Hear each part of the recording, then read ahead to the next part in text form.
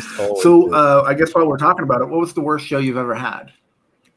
Oh man, there's so many bad ones. But I think the worst one stands out to me when, and I hate bringing it up again. He's going to feel attacked, but it's not his fault. My buddy Brandon Young and I, a few years back, went on a little like church tour of Michigan, and it was supposed to be him and Dustin Nickerson, but Dustin had pulled out. And I'm not traditionally like a church comic, but I generally work clean, and I love doing those shows. So he invited me to go.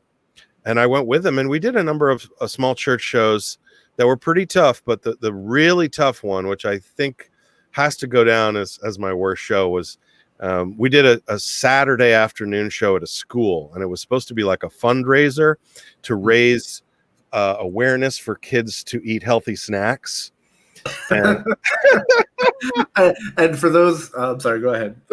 no, you can say it. They booked 2 obese comedians to discuss healthy eating lifestyles. I said to Brandon, I said, well, we should just go up there and go, here's what not to do, Yeah. I'm fueled by Cheetos or something. I mean, but so we were at a school performing in an auditorium, and I said, well, is it going to be for kids? And he said, no, it's for the adults. There's no kids.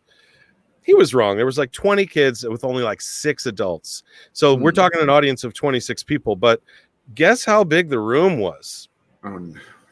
700 person auditorium with 26 people. Oh no. At like noon on a Saturday. And Brandon bombed for half an hour, then I bombed for half an hour, and then we had to stand in the lobby while these parents would walk by and pat us on the shoulder and go, don't quit, or maybe do. I don't know. Good luck. Bye.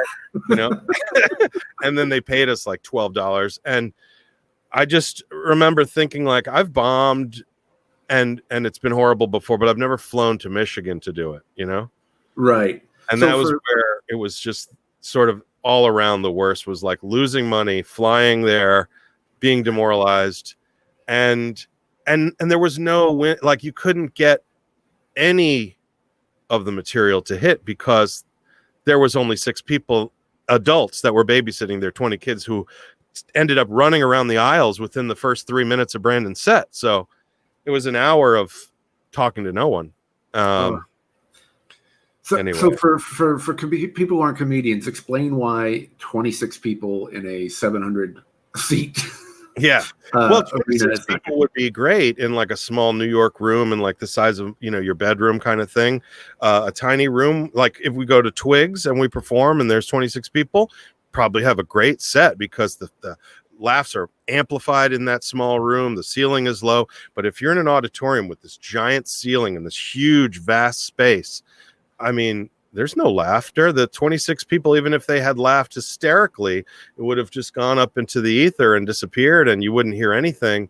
So yeah, you bomb way harder the bigger the room and the less the people. I mean, it's just, and it's a kind of bombing that is hard to even explain. I mean, it's like performing to the void of space, and imagine how that would feel.